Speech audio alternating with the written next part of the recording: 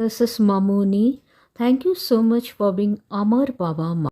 Hi everyone, welcome to my channel. The 54th GST Council meeting chaired by the Union Finance Minister Nirmala Sitharaman was held on 9 September 2024 in New Delhi. In the 54th meeting, the GST Council took a decision to introduce the reverse charge mechanism, that is RCM.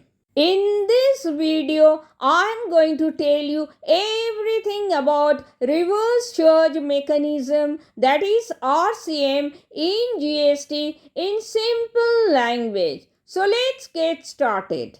What is the reverse charge mechanism or RCM in GST? The reverse charge mechanism, that is RCM, in GST is a system where the recipient or buyer of goods or services is liable to pay the tax instead of the supplier or seller. That is, the chargeability gets reversed. Usually, the seller or the supplier charges the buyer a GST tax. However, under the new provision of RCM, the buyer will be liable to pay tax directly to the government instead of the seller or the supplier. Understood? Number 1. In the 54th meeting, the GST Council took a decision to bring the renting of commercial property. Before the introduction of reverse charge mechanism, if any unregistered landlord rented out his or her commercial property, GST might not have been collected by the government from the landlord due to the unregistered status of the landlord, leading to revenue leakage.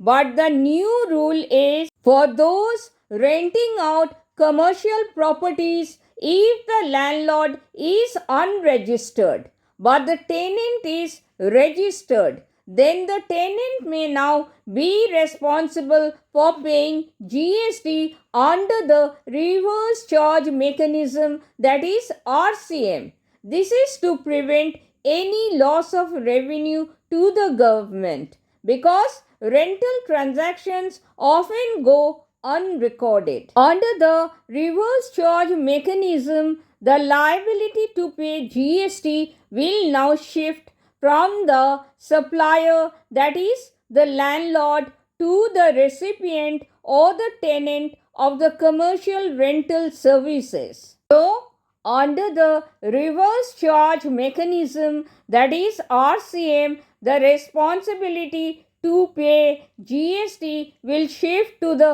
registered person receiving the services, which will ensure that the GST on such transactions is accounted for and collected efficiently by the government. So, in the 54th meeting, the GST Council took a decision to bring the renting of commercial property by an unregistered person to a registered person under the reverse charge mechanism or RCM to prevent revenue leakage, as the transactions often go unrecorded in the commercial rental sector.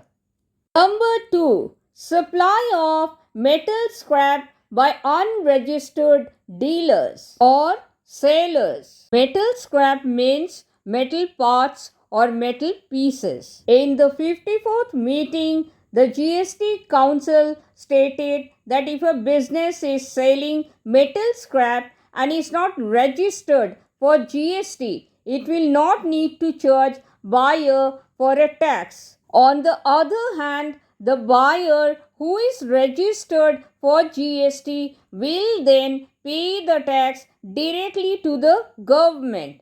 The provision also noted that an unregistered metal scrap seller which sells exceeding a certain limit will need to register for GST.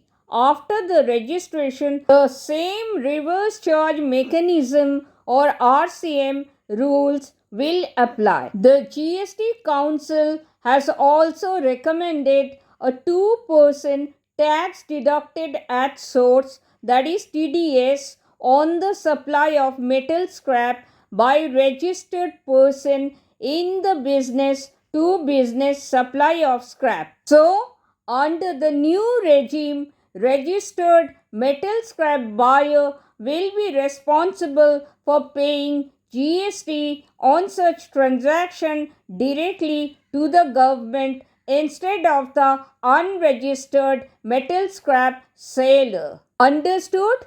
This step has been taken to prevent tax evasion in the metal scrap industry, which has traditionally been an area prone to unregistered dealings. By implementing these major changes or GST updates, that is reverse charge mechanism, that is RCM, the government seeks to bring more transparency to scrap transactions while ensuring that the tax burden is fairly distributed. Thank you so much for watching. Thank you so much for your precious time. I sincerely hope this was helpful.